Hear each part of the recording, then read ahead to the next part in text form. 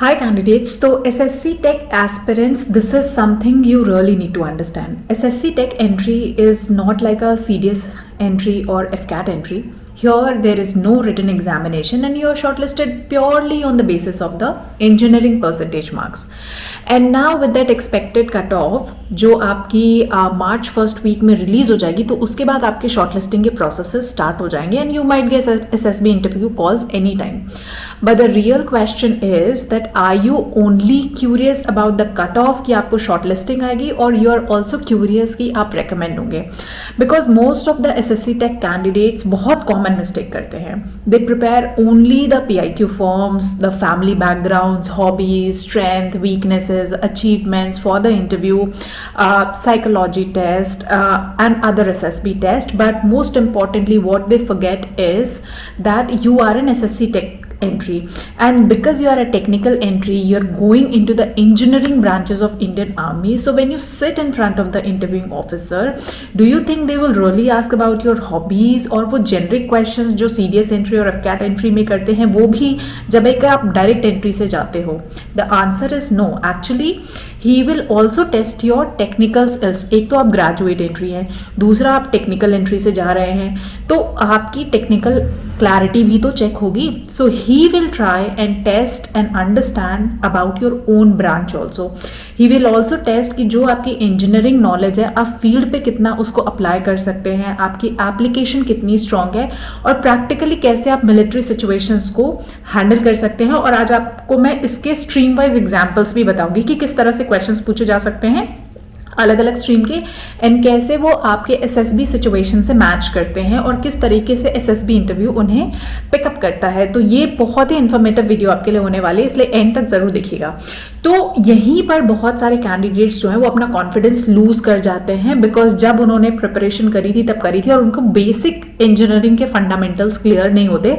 और इंटरव्यू में होता यह है कि जब आप एक आंसर नहीं कर पाते हैं तो it results into lack of confidence. यानी जब आपने एक आंसर नहीं किया, फिर आपके दिमाग में ऐसे थॉट प्रोसेसेस चलना शुरू हो जाते हैं कि अब मेरा इंटरव्यू तो बेकार हो गया, and that's how the interview starts degrading और आप वहां से लूज करने लगते हैं.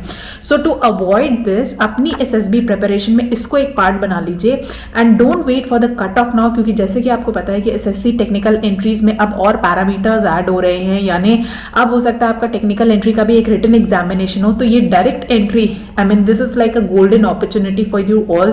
जितना ज्यादा इसको ग्रास्प कर सकते हैं करिए और अपनी फुल टू प्रिपरेशन के साथ जाइए, बिकॉज नेक्स्ट टाइम क्या होने वाला है, एंट्री में क्या चेंजेस आने वाले हैं, वी रियली डोंट नो. सो इस वीडियो में मैं आपको स्ट्रीम वाइज ब्रेक करके बताने जा रही हूँ द कॉमन टेक्निकल क्वेश्चंस और किस तरह से वो आपके मिलिट्री सर्विसेज में अप्लाई करते हैं. चाहे आप सिविल से हो, चाहे आप मैकेनिकल से हो, कंप्यूटर साइंस से हो, इलेक्ट्रिकल से हो, इलेक्ट्रॉनिक्स से हो, किस तरह के क्वेश्चंस को आपको जाना थ्रू पड़ता है, उनको बेसिकली क्या नॉलेज वो टेस्ट करते हैं, कितना डीप जाते हैं, एंड आईओ आपसे बेसिकली क्या एक्सपेक्ट करता है. So if you are really serious about getting recommended then this video is really for you. तो अब हम स्टार्ट करते हैं अपने क्वेश्चन से. जैसे मैंने आपको पहले भी कहा था कि आईओ नहीं चेक कर रहा that you are a topper और नॉट. वो ये नहीं जानना चाह रहा कि आपको डेफिनेशंस वर्ड बाय वर्ड या बुक बाय बुक याद है, जैसे यूजुअली इंजीनियरिंग सब्जेक्ट्स में या टीचर्स एक्सपेक्ट करते हैं. आईओ यहाँ पे चेक करता है आपके कॉन्सेप्ट की क्लैरिटी, आपकी प्रैक्टिकल अंडरस्टैंडिंग, आपका application mindset and confidence while you are answering this questions. But इसका मतलब ये नहीं कि आप ओवर कॉन्फिडेंस हो जाएं और आपको लगे कि आईओ तो मेरी स्ट्रीम का है ही नहीं, और आप गलत सवाल का भी गलत आंसर्स कर दें आप करेक्ट सवाल का, और आपको लगेगा आईओ को तो पता भी नहीं चलेगा, and he will be just smiling and writing down how you are bluffing him. ठीक है, तो इस बात का जरूर ध्यान रखिएगा. सबसे पहले इंजीनियरिंग ब्रांच से स्टार्ट करते हैं. तो जो कॉमन क्वेश्चंस जैसे इंजीनियरिंग फील्ड्स में पूछ ले जाते हैं वो होता है कि difference between cement and concrete, क्या डिफरेंस होता है, maybe what is M20 grade concrete, types of foundations, buildings में क्रैक्स क्यों डेवलप होते हैं, how will you construct a temporary bridge in a floody area, soil bearing capacity क्या होती है, why curing is important, why. Now please understand why these kind of questions are. क्योंकि army में for example एक situation ऐसी आ गई जहां पे अपनी बटालियन आप लेके जा रहे हैं, वहां आप लीड कर रहे हैं, and army really needs a bridge into that remote area. तो आप कैसे प्लान करेंगे as a leader, because you are going as an officer, right? तो आप कैसे प्लान करेंगे? तो यहाँ पे क्या आपका चेक हो रहा है कि आपके पास रिसोर्सेज है, यानी आपके जवान आपके पास मौजूद हैं, आपकी प्रैक्टिकल थिंकिंग क्या है, और कैसे आप नियर बाय मटीरियल्स को लेके इस पूरे कॉन्सेप्ट को प्रैक्टिकली लागू करेंगे, यानी एक ब्रिज बिल्डअप करेंगे एक रिमोट एरिया में। रिसोर्स मैनेजमेंट कैसे करेंगे, रिसोर्स डिविजन कैसे करेंगे, टाइम मैनेजमेंट कैसे करेंगे, और कितनी जल्दी कर सकते हैं।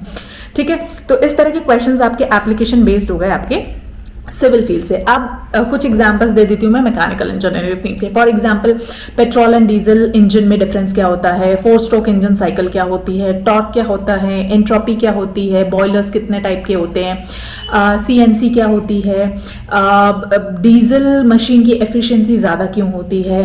अब ऐसे क्वेश्चंस आपसे क्यों पूछे जाते हैं, क्योंकि आप जाएंगे मैकेनिकल ब्रांच में।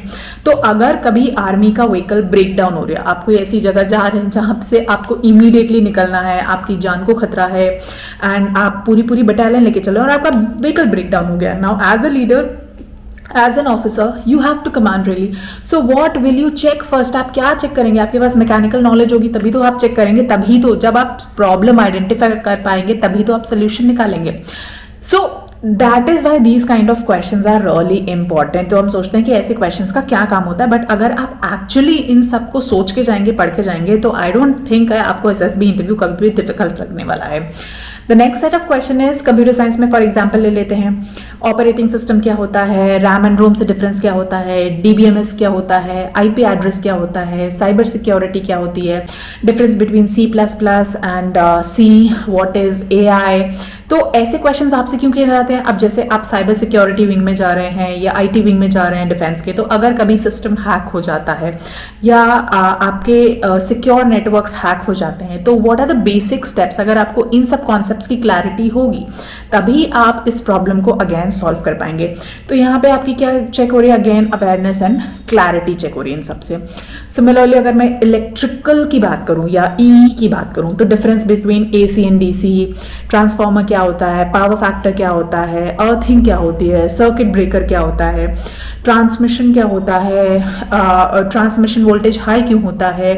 तो ये इसलिए है कि फॉर एग्जाम्पल अगर आप किसी रिमोट एरिया में हैं और वहां पे इलेक्ट्रिसिटी का इशू है, ठीक है, बट आपके पास एक जनरेटर है, इन केस जहां पे इमरजेंसी सिचुएशन है और वहां पे आपके जितने भी इक्विपमेंट्स हैं वो जनरेटर से लाइट होते हैं एंड जनरेटर फेल हो जाता है, फिर आप क्या करेंगे? सो इससे कैसे आप इस प्रॉब्लम को ट्रबल शूट करेंगे? So here again I was checking about how you will identify the problem. आ जाते हैं इलेक्ट्रॉनिक्स पे। एक जनरल में बता देती हूँ कि डायोड क्या होता है, ट्रांजिस्टर क्या होता है, मॉड्यूलेशन क्या होता है, डिजिटल एंड एनालॉग सिस्टम क्या होता है, कम्युनिकेशन सिस्टम क्या होता है। तो अगेन इस पे इन सारे स्ट्रीम्स पे आपकी कॉन्सेप्ट एंड क्लैरिटी चेकअप होती है, बिकॉज कि आर्मी का कम्युनिकेशन कैसे सिक्योर रहेगा, या आप किसी डिफिकल्टी सिचुएशन में अगर आप फंस गए, आपकी बटालियन फंस गई, तो इमीडिएट स्टेप्स आप कैसे करेंगे टाइम को देखते हुए, because maybe there is a situation कि आप एक जगह ज्यादा देर नहीं रुक सकते हैं, it's not safe for you, you might die. तो इसीलिए टाइम के साथ साथ आपको प्रॉब्लम सॉल्व करना, आपकी डिसीजन मेकिंग एबिलिटी, इसीलिए OLQs are very much important और हर एक OLQ का अपना इंपॉर्टेंस होता है। सो जैसे मैंने बताया कि आयु जो है वो apart from this application based questions जो आपके स्ट्रीम से होते हैं, जैसे मैंने आपको एग्जांपल्स दिए, इसी तरह से आपको 4 इयर्स में आपके क्या एप्लीकेशन बेस्ड क्वेश्चंस है वो आपको देखना रहेगा। एंड इसके अलावा he may also take interest in your final year projects में, उनकी डिटेल्स के बारे में जानेगा, because that's a practical thing जो आपने एग्जामिनेशन में किया होगा अपने पूरे कोर्स में।